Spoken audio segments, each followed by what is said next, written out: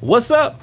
What's up, everybody? Welcome to the latest episode of Terrible Towel Tuesday. I am your host, SimFBallCritic, live from the Steel Basement. And I know some of you are probably wondering, why do I have on this mask?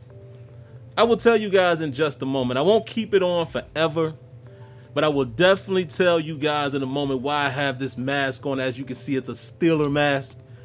Yeah, we go hard in the paint, baby. We Steelers all day, every day.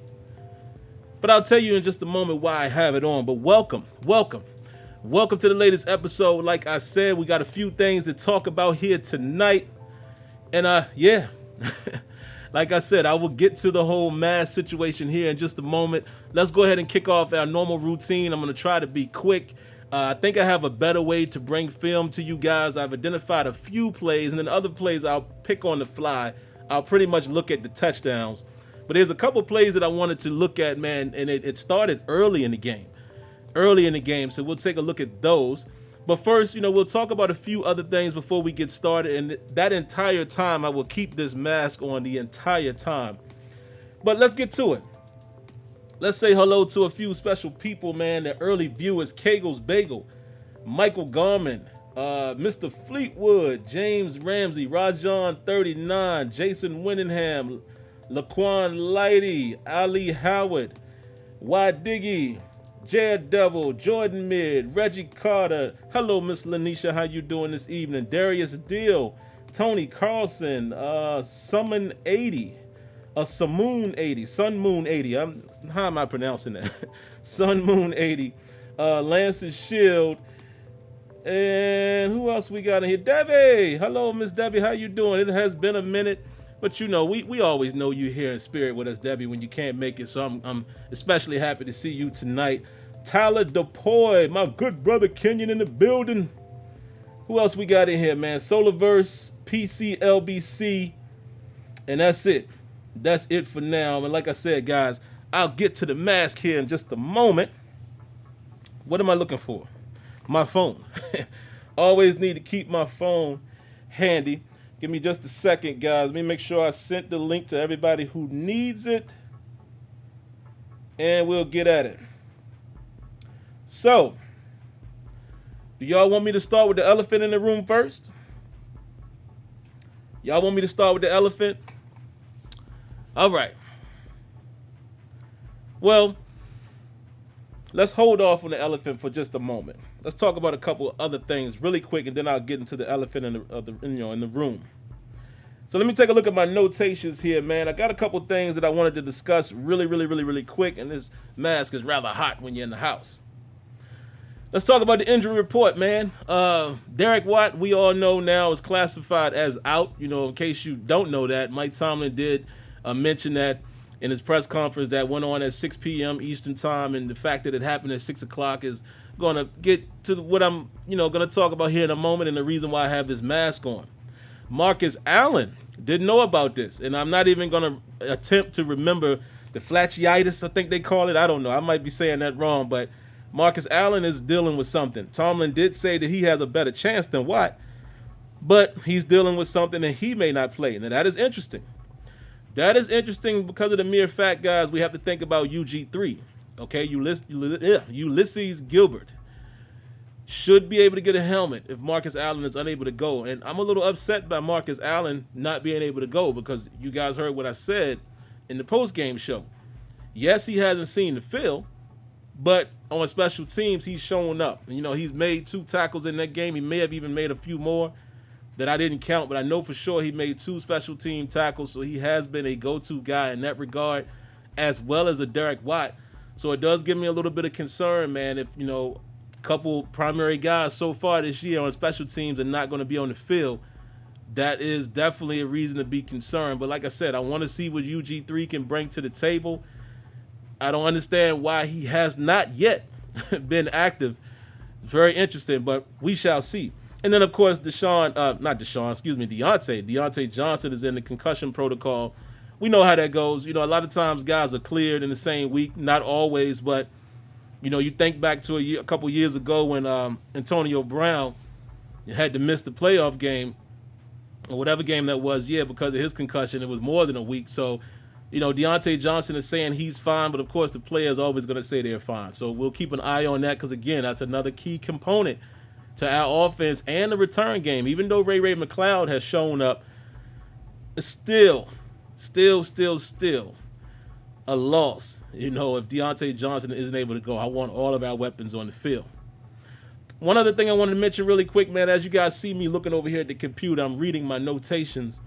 It is clear that Anthony McFarland is going to see more time. I think, a blind man could probably tell that by now after at least hearing about what happened in the game. But not only that, Jalen Samuels, as I watch the game again, Jalen Samuels, his role is getting a little bit cut out, which is the reason why I still don't understand that play call with Jalen Samuels on the first drive. Not saying that it was the worst call. We did get a pull with Matt Fowler, but the Texans were kind of waiting for it, and Jalen Samuels really just ran in there and just fell down. It wasn't no extra effort or anything like that. That's not what he does. He's not that type of back.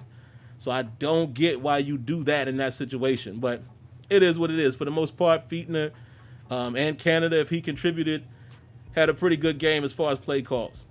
One other thing I did want to talk about, I'm not going to show it in the footage, but I wanted to talk about this as well.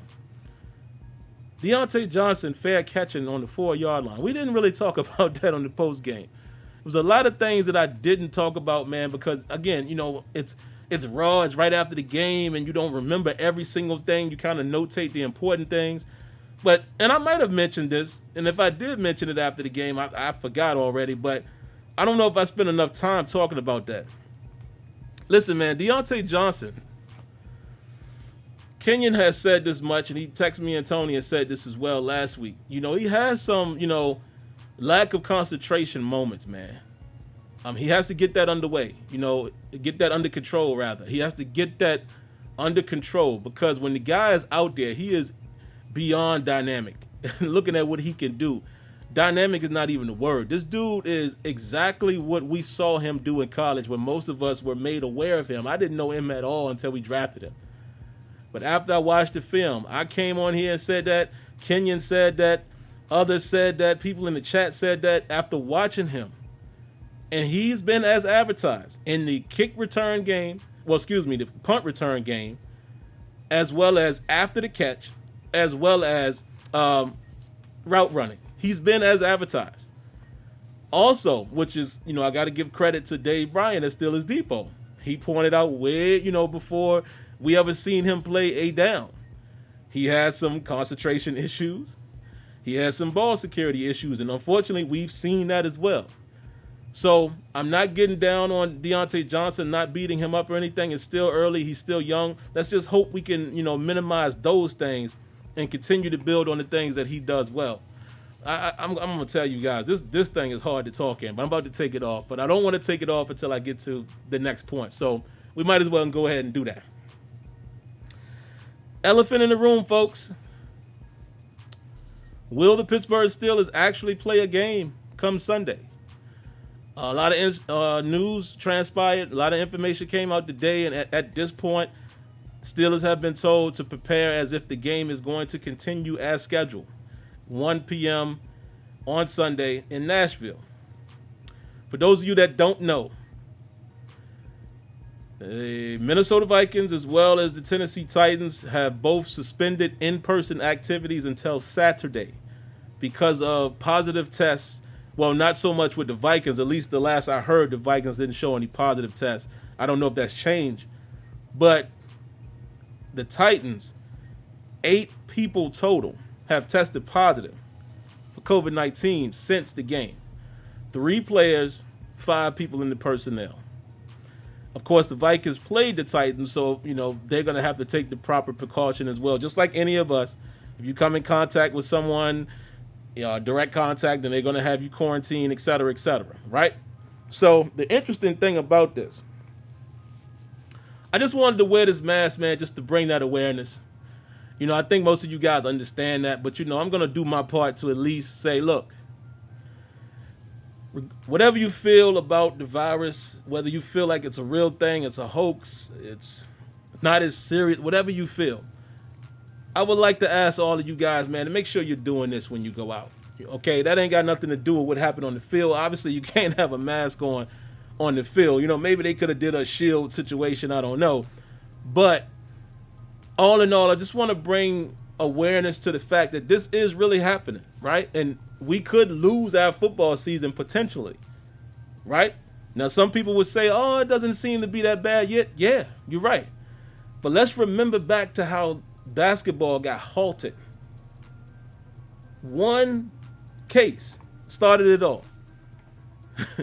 Rudy Gobert and him playing on the microphones and all that, and then boom, he tests positive, and then boom, Donovan Mitchell. I mean, one incident shut games down for the night and postponed the season. Pretty much could say it canceled the season. Then they got back together and decided how they could make it happen later, which is the reason why the finals, we're actually going to see finals in October starting tomorrow. How crazy is that? So I just want to bring awareness to that, man. Listen, whether you believe in it or not, it makes other people feel comfortable when you have a mask on. It doesn't hurt anything. It does offer some protection. I don't think anything is 100% foolproof. But, just be careful out there, folks, because it's real. All right? So let's go ahead and get this thing off, man. Maybe we'll come back to it in a moment. But, yeah, that's my Steelers mask. For you guys that are interested. All right, so here's the deal. How do I think this is going to play out? I don't know. There's a lot of days between now and Sunday. A lot of things could happen. What if another player, another member of the personnel tests positive? Because you have to remember, from what we're hearing about COVID, here's the crazy thing about it, right? From what we are hearing from most doctors, the time frame has changed, but they're pretty comfortable with saying that people will see symptoms between, at one point it was 14 days, and then I've heard 5 to 10 days. I don't really know what it is now, but I think the general consensus is it could be anywhere from 2 to 10 days, right? So it would make you wonder, okay, when did these players and coaches, or whoever it is, we don't really know the players or personnel, when did they contract it?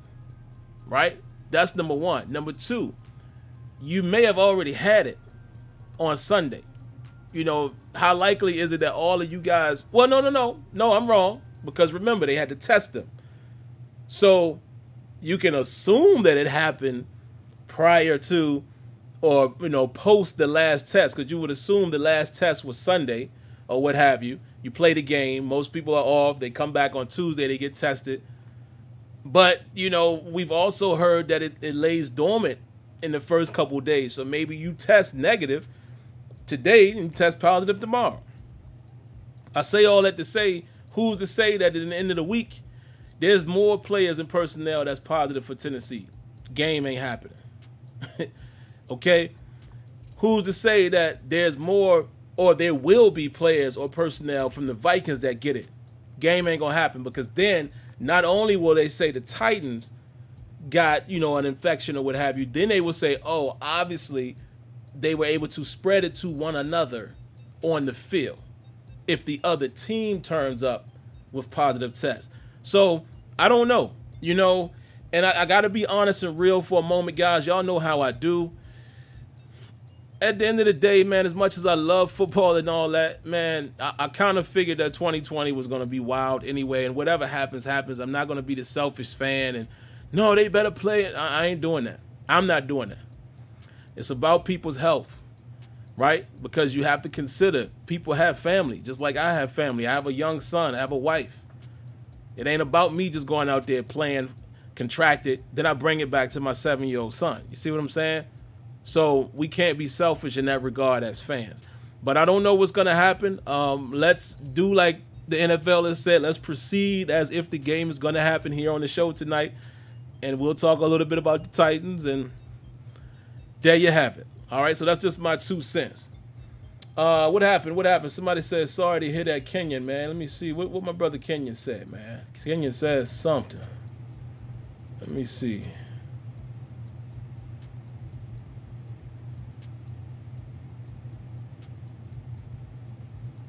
I don't know what Kenya said, but I heard somebody say, sorry, Kenya. Let me see. So I hear that the chat is already going off. Somebody in the chat, I'm not gonna call names, but somebody is saying that it's a hoax. Listen, man, at the end of the day, it ain't about. Oh, I see what Kenya said. He said he lost two. This is what I'm saying. Let me stick right to that point right there. I don't care if it's a hoax, right? I'll give y'all another piece of information. I'm one of them people that question 9/11 too, right? Because I'm one of those nutty people that I want to discover things for myself. I don't just believe the headlines. I want to study things for myself. You know what I mean? One of my favorite MCs says, "Believe none of what you see and half of what you hear, even if it's spat by me." And I probably said that backwards. But he was basically saying, bruh, you can't just believe what's on the surface. So yeah, I was one of those people that watched a lot of documentaries and paid attention to the analysis and all of that, and things just don't add up. I hope this is not a sensitive, subject for some, and I don't mean to go there because it's a little sensitive to me. I know people that were affected by that, right? But the way the buildings fell, it's a lot of things that just don't sit right. But here's the thing, it don't matter because X amount of people still lost their life. Kenyon said he knows he's lost two people to COVID. I know people, and I don't want to say fortunately because that ain't the right word here, but the people I know weren't the closest of people, but I know them, right? One of my not even one of my best friend, and I have many best friends, but I've known him longer than anybody. We grew up like cousins, right?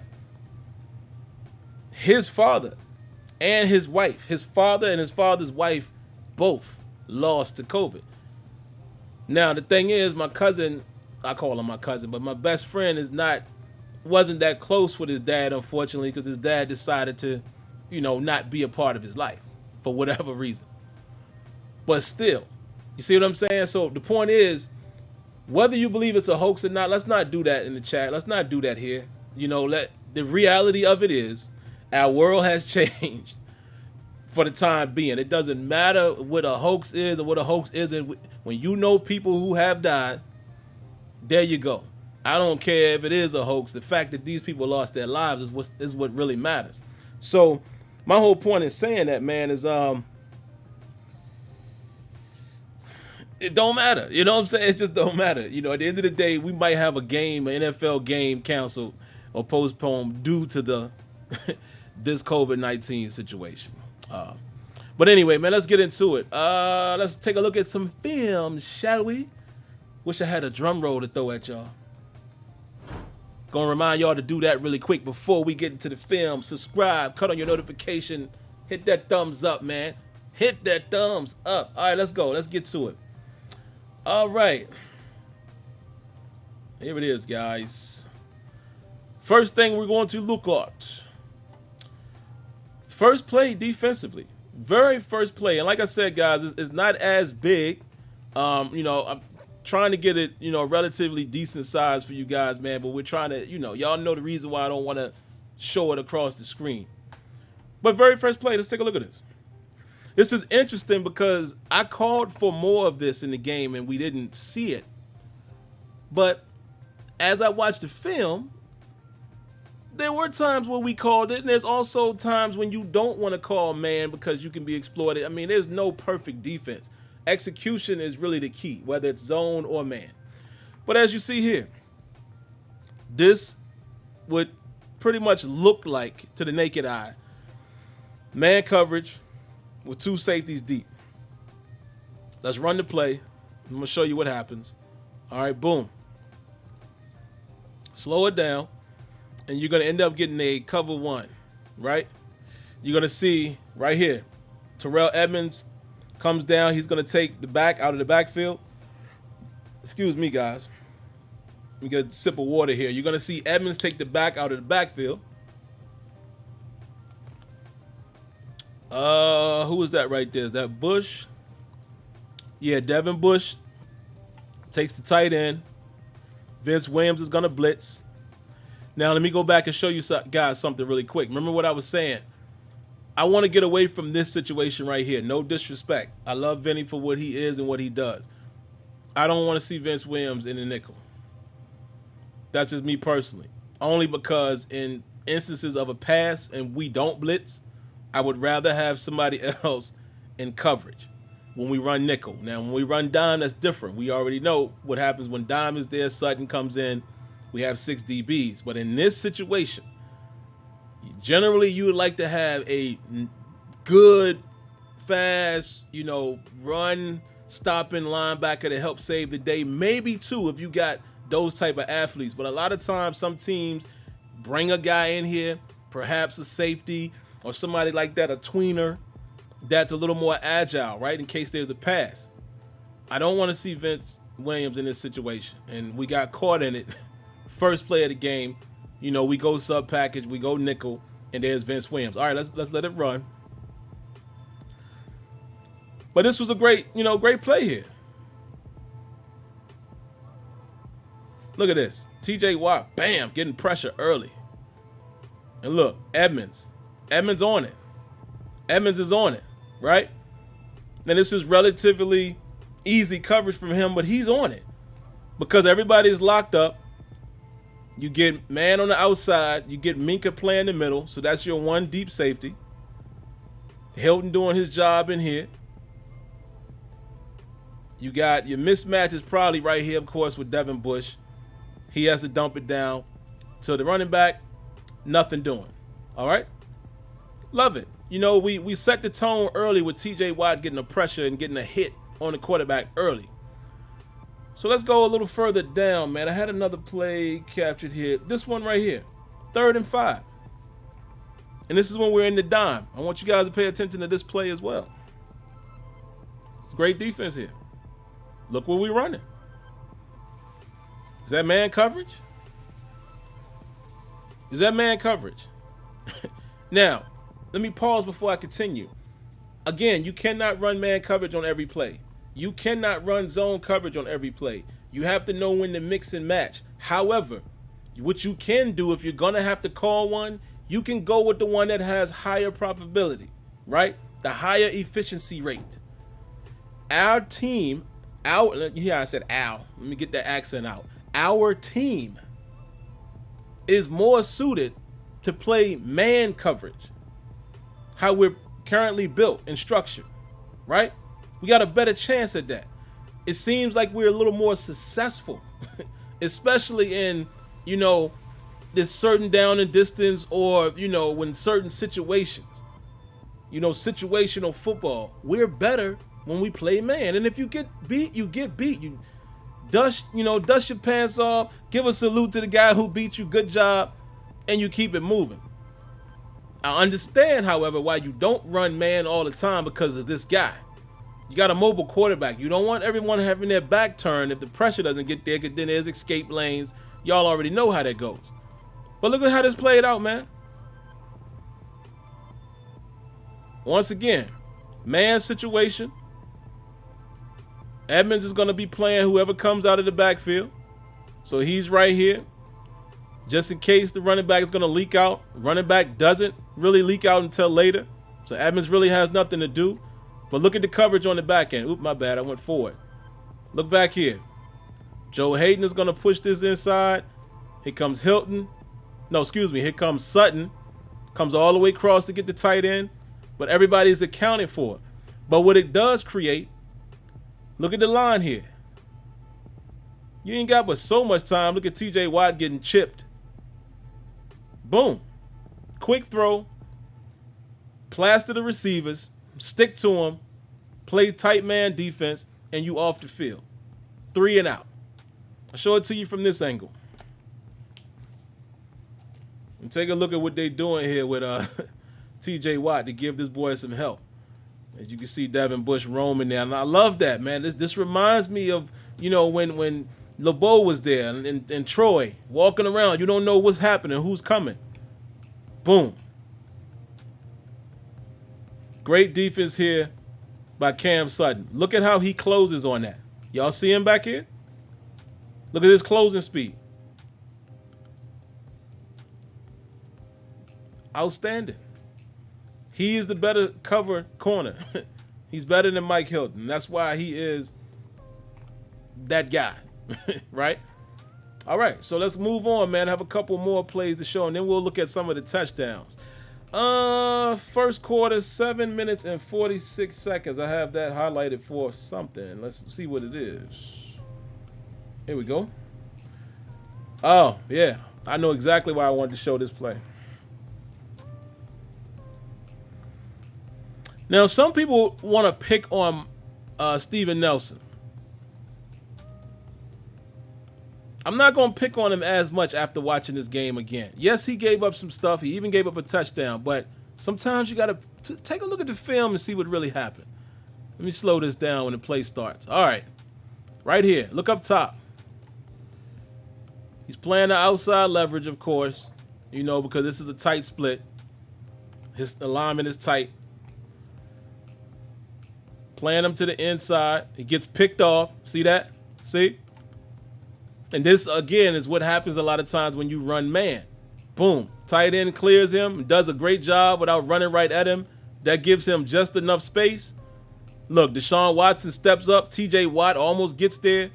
But that little bit of space, guys, it's a game of inches. Football is a game of inches and milliseconds. This little crease right here, boom, he's already open. And Devin Bush, you know, is not paying attention to that guy. He could, you know, but he's not in his line of sight. He's behind Devin Bush. So what Devin Bush's responsibility is in this situation, he's going to look for the crossing. Anybody coming across. And he's pretty much in a man situation, so he's kind of freelancing here. He has nobody really to guard. Vinny got running back here. But boom. 20-yard pickup. Now, again, some people would look at that in real time and say, oh, man, what is Steven Nelson doing? Ain't really much he could do right there unless he's playing extremely tight and he gets a press, then that might throw off the rub route. Perhaps. But it probably still works. So, you know, you got to give and take sometimes, man. You know, these guys are professionals as well. Let's see what else we got, man. I had a lot here in the first quarter. 6 minutes and 7 seconds. Let's see what this is. This is a 3rd and 8. And this is a touchdown. Oh, this is the Mike Hilton. Let's take a look at it. There ain't really much to break down here. Yeah.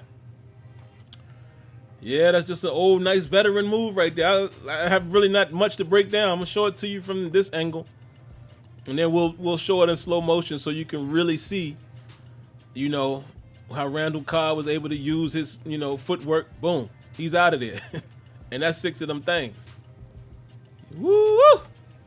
Let's slow it down so you can see that footwork. All right, it's going to be here on your left side. Right over here. Watch Randall Cobb right here. Hit him with the stemmed him inside. Boom. Broke back out. That's all she wrote. Murder, she wrote. Murder, she wrote. That's all she wrote, baby. It's over. Murder. 6 of them things. It happens. It happens. But, you know, listen, like I said, these guys are professionals too. Look at this footwork, man. Let me give you a little get you off your square, and I'm out of there. And heck of a throw by Watson. Look at this. See, sometimes you just playing great quarterbacks. Look, you get a little stunt action here with Bush. Bush taking 2 and get to it coming, but there's a good pickup there by the lineman. But look at Cam Hayward. See, when people say Cam Hayward is not making an impact, look at Cam. Cam pushed this boy all the way. Look at this. Look at this. Look. All the way back to Deshaun Watson and made that a tougher throw than it needed to be. But Deshaun Watson, a bad boy. Touchdown. Right? Let's see what else we got. I think I got it at the 4 minute 37 second mark. Let's see what we got there. Oh, I know what this is. It's Little Al. Check Little Al out on this one. Listen, everybody get beat, but we got to point it out. Come on, Little Al. Come on, little Al. What's going on, man? That was just a straight speed rush. Watch your man right here. Come on, little Al. Straight speed rush. Yam. And Big Ben is down for the count. Straight speed action right there. All right, what we got? Next play, and then we'll move on, man, and just find some of the touchdowns. We got the first play of the second quarter. If I can find it here. There we go. Now, this was an interesting coverage right here, because I remember when this happened. Not an interesting coverage, but I'm going to explain to you guys what I think it is. But when I remember watching the game, I was like, yo, what happened? Why did he vacate that? Again, in real time, I didn't see exactly what happened. Boom, look at that. 20 yards. All right, let's go back. I'm going to pause it at the exact point right here. This is what I want you guys to see right here. Now, what I think this is, I could be wrong, but looking at the alignment from the corners, got the corner there, and looking where they're lined up, you got Edmonds here, and you got Minka here. But at first, I was like, okay, what is this? But then Minka bails out. So watch this. Bails out right before the play snaps. So he's going to become a deep safety. What I think this looks like to me, it looks like palms, right? And, different coaches call it different things, but this is basically two read. The reason why I think that's what it is, unless somebody made a mistake, but I think this is cover 4 palms because watch. What basically happens is the cornerback is reading number 2, right? He's reading number 2. If the number 2 doesn't go vertical, he's going to play the underneath. So it's a 2-to-1 read. If number 2 goes vertical, he's going to drop back in his normal zone, his normal third. And he's going to play this guy pretty much man to man if this is vertical. But if the number 2 plays underneath, the priority is cornerback identifies number 2. And again, for those that don't really know the numbering, you count from the outside in. This is the number 1. This is the number 2. He's going to go underneath, right? Watch this. Boom. Funny thing is Nelson recognized it really early. Really early. Watch how early he recognizes it and jumps it. Look, he's playing it off. It's almost like they know. It's almost like it's film study. It's like he ain't even got to read it. He jumps it before my man even shows that he's going outside. Look at that alignment. So anyway, the way the 2-2 read works, cornerback is going to read the number 2. Number 2 goes vertical. You're going to play your third. And you're going to follow this guy. Right? But you're going to play your area. If he goes vertical, you match him vertical. If the number 2 goes underneath, you jump that. And that's what he does. Responsibility now becomes safety. So we got to look at Minka. Now, I'm not saying Minka did anything wrong. Listen, sometimes plays are not executed in enough time. But now the responsibility is on the safety to get on his horse. He now has to play the number 1 vertical. So you got to be humping. You know what I'm saying? You got to be on your grind to hump and get back here on your deep third. Because you're going to play this guy down the sideline. Right? So look at how it played out. Let me rewind it again, and you guys can see it develop in slow motion.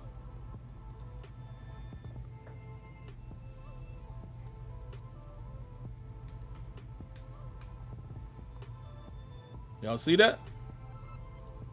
Minka got to get on his horse. But it's a good throw, right?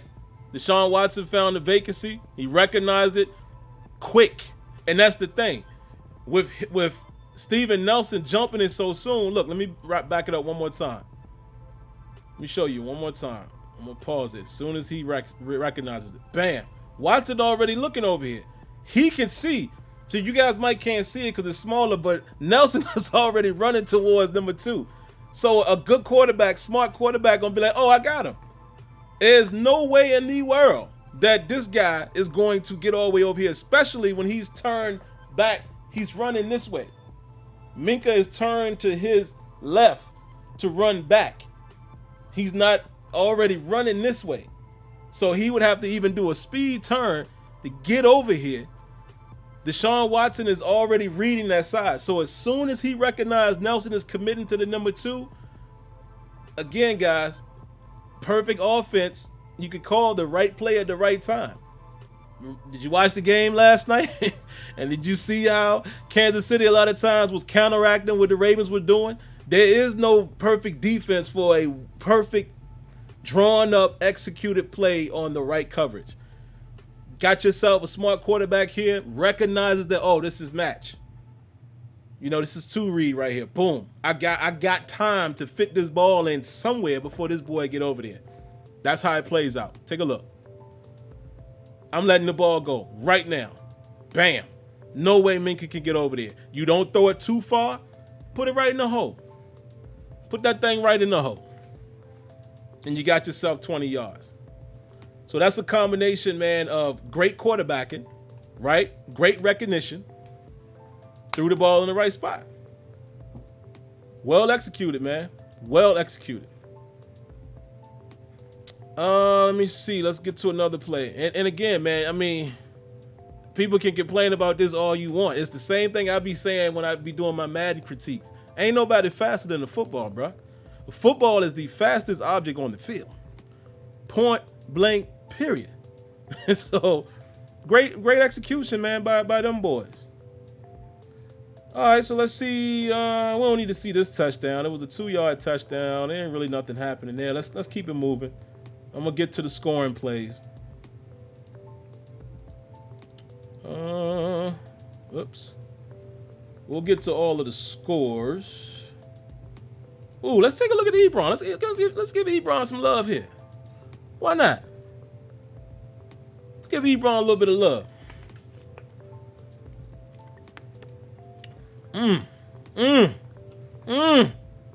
Woo! Look at your boy. He know he toast already. Look at Ebron footwork. Let's put that thing in slow motion. Boy, you gotta love being able to have a tight end that can get off like that. Check them feet. Like Shaq would say, look at the feet work. And Ben, listen, man, I got on Ben about his accuracy. Come on, man. That's it right there. That's where you place it. Back shoulder. That ain't nothing but beauty right there, man. Take a look again. And quick drop. You know, this is that 1, 2, 3. Let that thing fly. Yam. And you put that thing in the money spot. Sweet spot. Look at that. It's a back shoulder throw, but Ebron's going to turn this way to catch it. They call that a touchdown where I'm from. That's called a touchdown. Beautiful. Let's see. Now, unacceptable Pittsburgh Steelers. Unacceptable. Do I need to remind you guys? Look at the time that's on the clock. And then we let them go. Oh, no. That ain't it. That ain't the one. I'm wrong. Hold on. It was worse than that. Hold on. Let's keep it moving. Yeah. Let's look at this one. This was the touchdown. This is the unacceptable part. So at this point, let's start it over again. You see the score there. At this point, it's 14-10, right? No, we have 10. Yeah, 14-10. Texans 14, Steelers 10. Look at this. This was that 2-minute, the whole 2-minute situation. Big Ben has been very good in 2-minute offense. And I think after this, guys, we'll shut it down. I'm going to look for the Steven Nelson touchdown as well, which I think is coming up. And then after that, man, we'll drop off the plays because it's way too much to show. I just try to show some context stuff. But let's see what happened here, man. Let's see. Blown coverage. And I'm going to show it to you as soon as I find it again. Yeah, there it is. Look at this. Everybody makes mistakes. These two guys are going to take the same receiver. The corner and this kid right here, which I believe was the safety. They jumped the same guy, which vacates the spot. I mean, it don't get no easier than that. But that's all it takes in football, man. One mistake. One mistake. That's all it takes.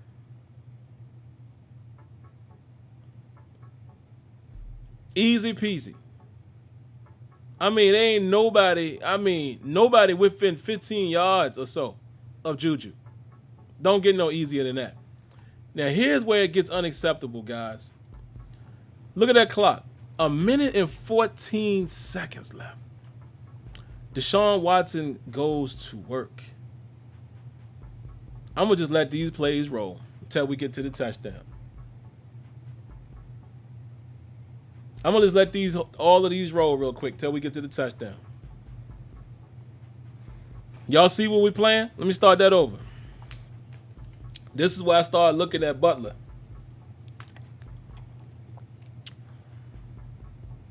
Now we in zone.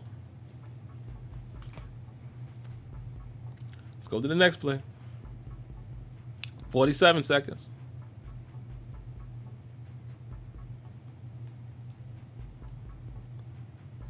And I got to hurry up too, guys, because I promised my little man I wouldn't be more than an hour.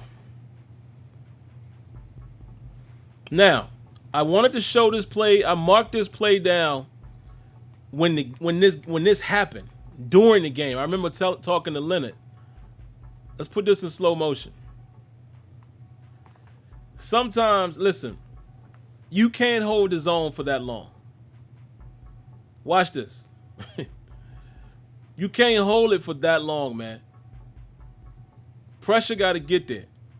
Look, we give him an escape route, but the coverage is there. We all over it.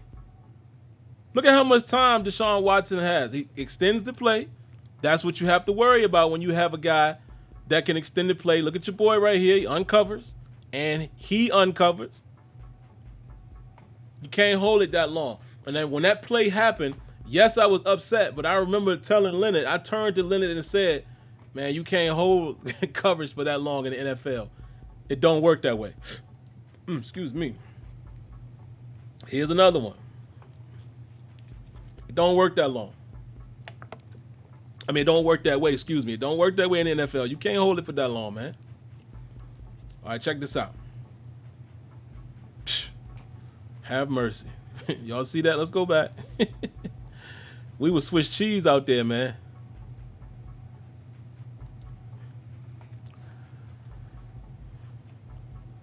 We sent some pressure at him. Tried to blitz him. Mike Hilton again. You know, he just gets caught in a bad situation here, man.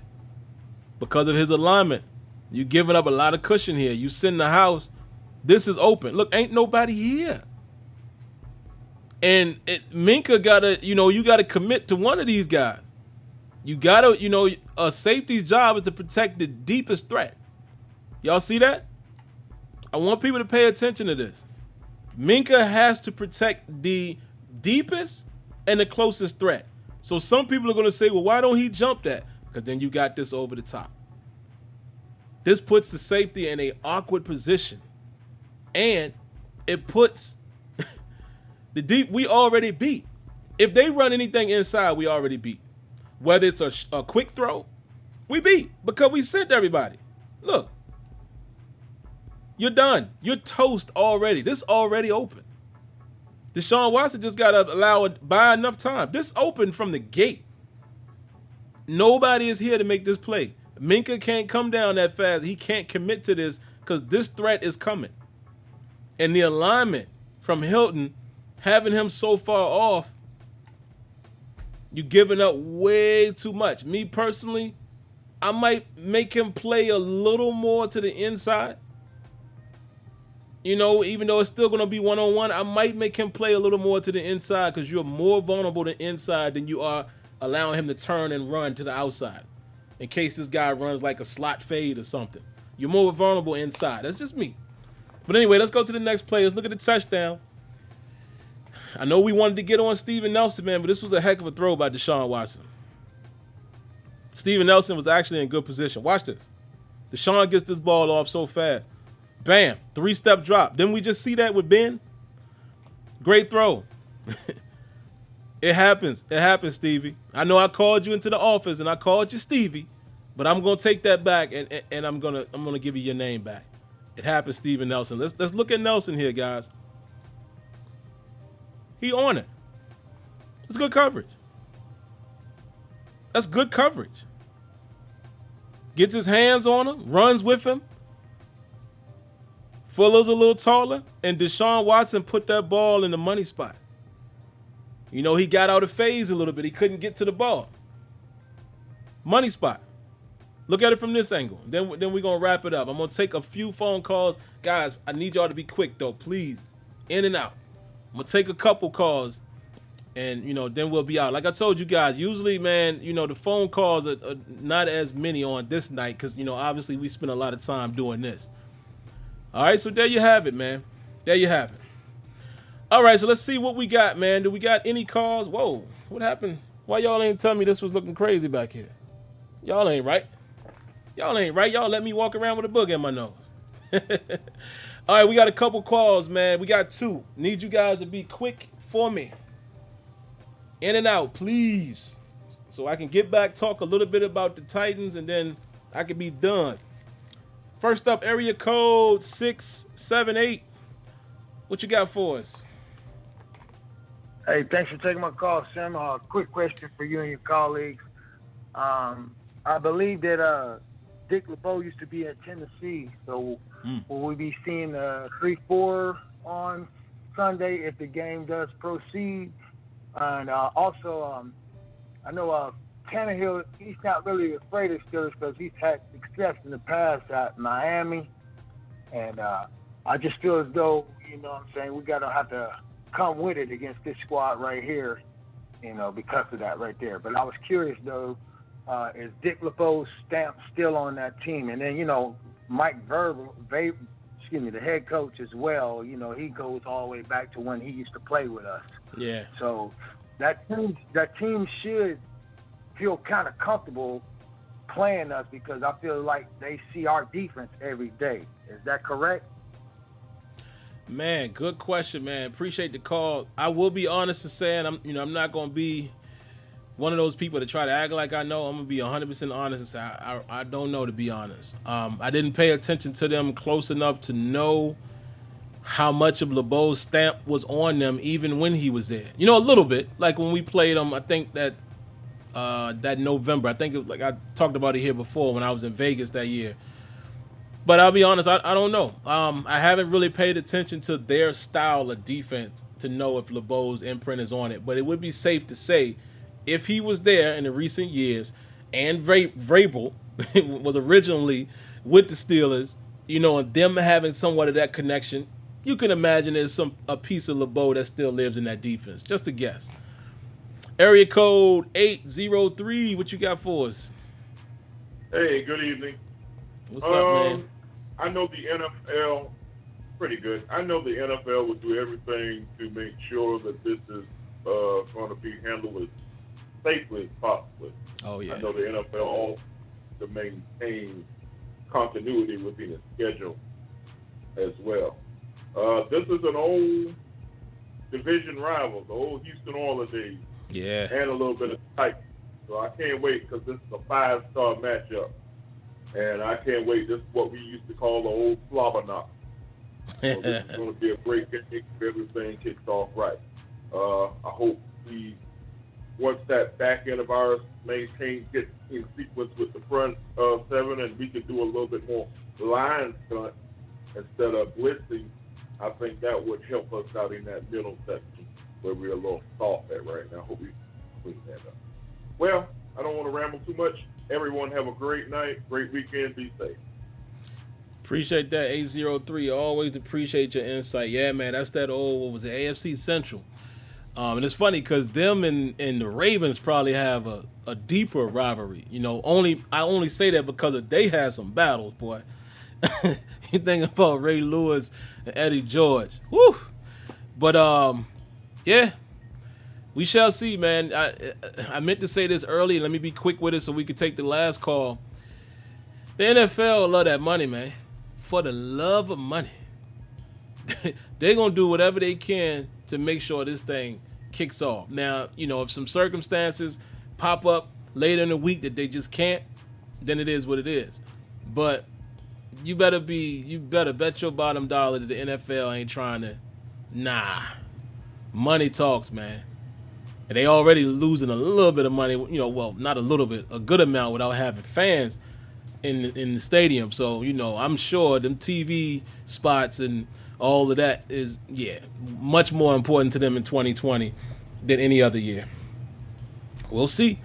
Last call, man. Area code 443. What you got for us? So, Sam, I just wanted to agree with you about the Steven Nelson thing. Like, it was a great throw. Yeah. Like, if you watch the Seahawks-Patriots game from last week, Russell Wilson gave a strike to Metcalf, and he destroyed Stephon Gilmore in the same, literally looked like the exact same, like catch, like with the DB draped on him. Like, it just happened. So people are like killing him, like losing faith. Like, it's okay, it happens. When you have good quarterbacks, that's what happens. And I looked at the blitz percentages because I was interested to see what we did in the first or the second half that we changed in the first half. Our blitz percentage was pretty much the same. We blitzed 15% in the first half and 12% in the second half. And it looked like the only difference was we sprinkled in a little bit more man instead of just that drop zone constantly that Watson was eating up. But the problem, you can't use man too much against quarterbacks like that. Yeah. When you go man against those scrambling quarterbacks, they'll kill you. So I think Butler, he found the sweet spot in the second half. And oh yeah, you already addressed McFarland and Tomlin saying today that McFarland kind of carved the role for himself. But speaking on the running backs, I wish that Kareth White got the spot instead of Samuels. Maybe I'm just being too reactionary right now because Samuels that short yardage pickup, but I would have been more interested to see White on the roster instead. And the pass coverage, Vince Williams. Why is Sean Davis not on the field instead of him, or UG3, or Marcus Allen, or somebody? He gets same thing with Fichtner. Something works and they get stuck in their ways. I just hope Fichtner called a good. No, it's Randy Fichtner. I can't say great game. He called a good game in the second half. Those play calls. He was looking like Eric Bieniemy and Andy Reid out there in the second half with those motions. They weren't just the vanilla jet sweeps. They actually had they were going somewhere. Like they would fake the reverse to Washington, but then Filer would pull. It was a good game plan. And one more thing before I get out of here. Sutton and Hilton are both up this year. By the way, Hilton's having a great statistical year, by the way. But Sutton and Hilton are both up this offseason. I would take Sutton because he'll probably be a little bit cheaper and he's better in coverage, but I was curious what you thought about that if you had to choose this offseason between Sutton and Hilton. Yeah, man, appreciate the call. And so you guys know, that'll be the last call for the night, man. Like I said, calls are shorter on Tuesday because we do film study. And I remember we took a vote and you guys said more film versus calls and more calls on post game. So is what it is, man. I'm sorry that for the ones that I can't get to. I do apologize. Really quick, put me on the spot, and I hate to say this because I like them both for what they do. I probably have to keep Sutton. Guys who can cover, man, those dudes are not a dime a dozen, right? So I feel like you could probably find another slot. Not saying that they're going to be Hilton, but here's the funny thing. We talked about this when it happened. We drafted one guy from the school. That guy never panned out. And then the other guy that was his teammate ends up being what he is today. And that's Mike Hilton. And Sinquez Golson is who I'm referring to for you guys that don't remember that. How funny is that? We drafted Golson, but his teammate is the guy who ends up being what he is right now for us. So what I'm saying is I think you can find a slot guy easier, practice squad type of dude, undrafted free agent type of guy, more than a guy that, Sutton can play all over the field. I would probably have to keep him. I'm going to hate to lose. I'm definitely going to hate to lose Mike Hilton. But really quick, guys, I won't spend too much time in the chat because I want to spend these last 5 minutes or so talking about the Titans, and it probably won't even take me that long, to be honest. It's very simple. That's why I kept it until this point of the show. There's no secret. Let me take these headphones off so I'm not hearing music in the background and start dancing on y'all. It's very simple. There's one big thing that we have to be concerned with, and I mean that figuratively. Derrick Henry. It's that simple. So we shut down Saquon Barkley, which a questionable offensive line in the Giants. We've been doing really good against the run with everybody else. Look at what we did with Johnson. Derrick Henry, a different monster. Tennessee got some boys on that line. Now, I did hear that Taylor Lewan might, be in some injury issue going on there. I never like to applaud an injury, but man, does it help us if big boy like that ain't out there. But that's it. I'm not scared of Tannehill, and my man was correct. Tannehill ain't scared of us either.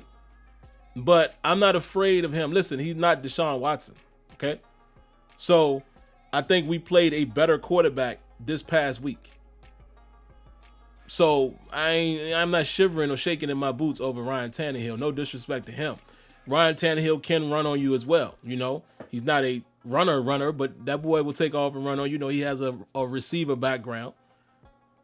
But to me, what I don't want to happen is I don't want this to end up like the divisional playoff game against the Jags. And what I mean by that is we're so focused on Henry, and then Tannehill is hitting us over the top with play action like Blake Bortles did. Very simple game plan that worked against us. Now, granted, we didn't have the same guys in the secondary for the most part, but that's what I don't want to happen. Don't be so overly focused. Remember what we said, what Tomlin, said about the Giants game. Oh, we came in singularly focused on stopping Saquon Barkley because he is the catalyst of that offense, where you can multiply that by 5.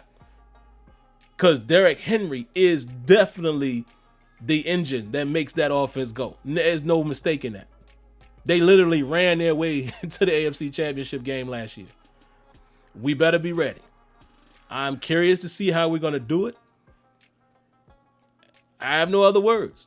And what I plan to do, man, the rest of the week, I'm going to watch last week's game against the Vikings so I can kind of see exactly, refresh my memory as far as what the Titans actually do and the formations and things like that. And then on the pregame, we'll talk a little more about that. But that's it. Nothing else about them scare me. Yeah, they 3-0. The defense is, relatively solid. They got some players out there. But again, it's nothing. I'm not saying this as a biased Steelers fan, but there's a lot of teams that don't scare me. The Chiefs the only ones that looking scary right now. Boy, what a job they did. And their defense ain't even known for being, what a job they did on Lamar. Not to say that the Ravens ain't going to bounce back. I'm just saying. They ain't really know a lot of teams that I think we can't play with.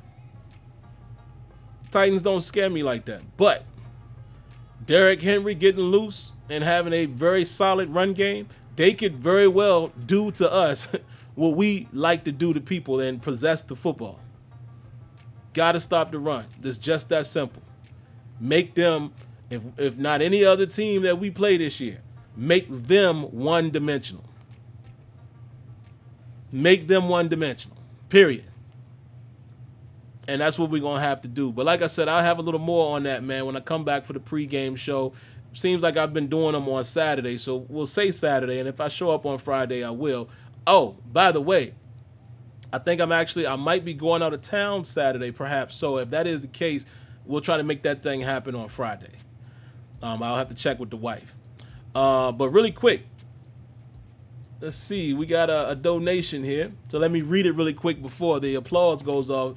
What's up? And thanks to C. Antoine Hill, man, for the donation. Definitely appreciate that. He says, yo, quick sports talk. I hope the Steelers play to keep momentum going and dock to the Sixers. Woo, I ain't got enough time to talk about that, man. I ain't got enough time to talk about Doc Rivers, perhaps to the Sixers. How I feel about that. I don't know if I got enough time to get into that, so I won't tonight, but that is an interesting thought.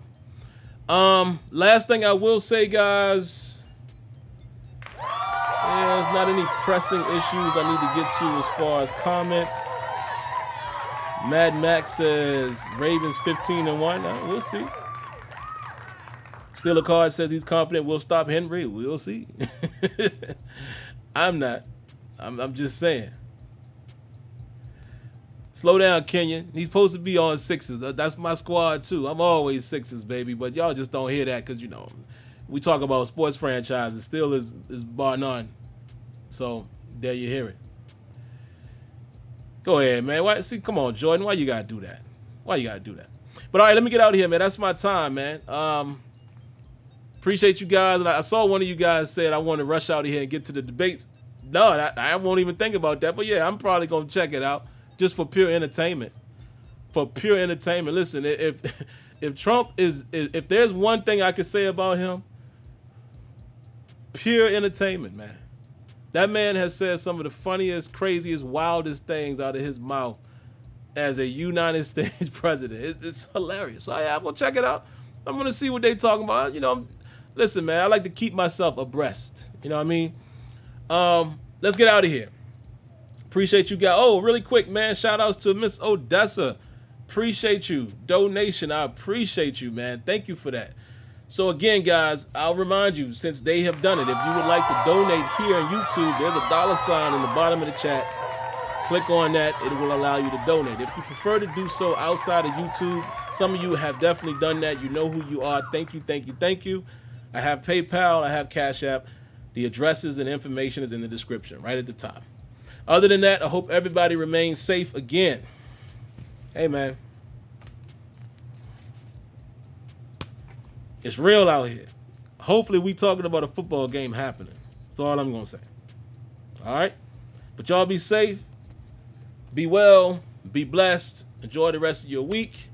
And I thank you for tuning in to Terrible Towel Tuesday. Peace.